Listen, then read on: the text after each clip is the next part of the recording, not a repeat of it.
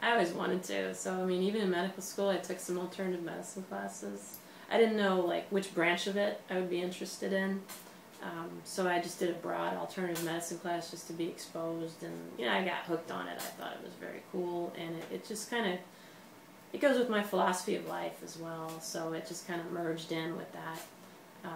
And there was no aha moment. I just kind of was always interested. And then when I started practicing, it wasn't an aha moment, but it was, oh yeah, I got to do something else because I just can't help people. I mean, you know, with chronic conditions, somebody comes in with chronic pain, you know, endometriosis, things like that. You know, you either throw a hormone at them or you cut them.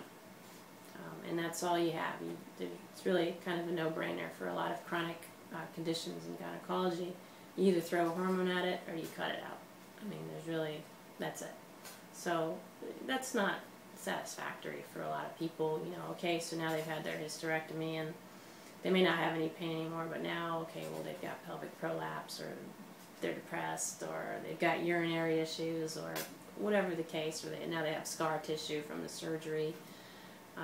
So it's just not really very satisfying for a lot of people.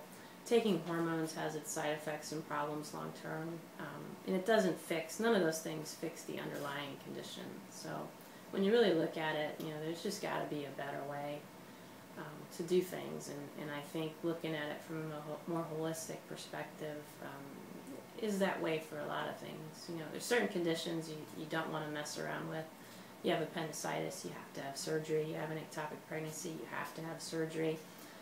The cesarean section has saved a lot of lives. You know, women, you know, had a much higher mortality rate during pregnancy before the advent of surgery. So it definitely plays its role.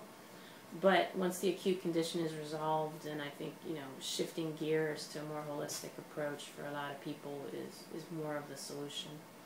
You know, it requires a lot of work, and it really requires investment on the part of the patient.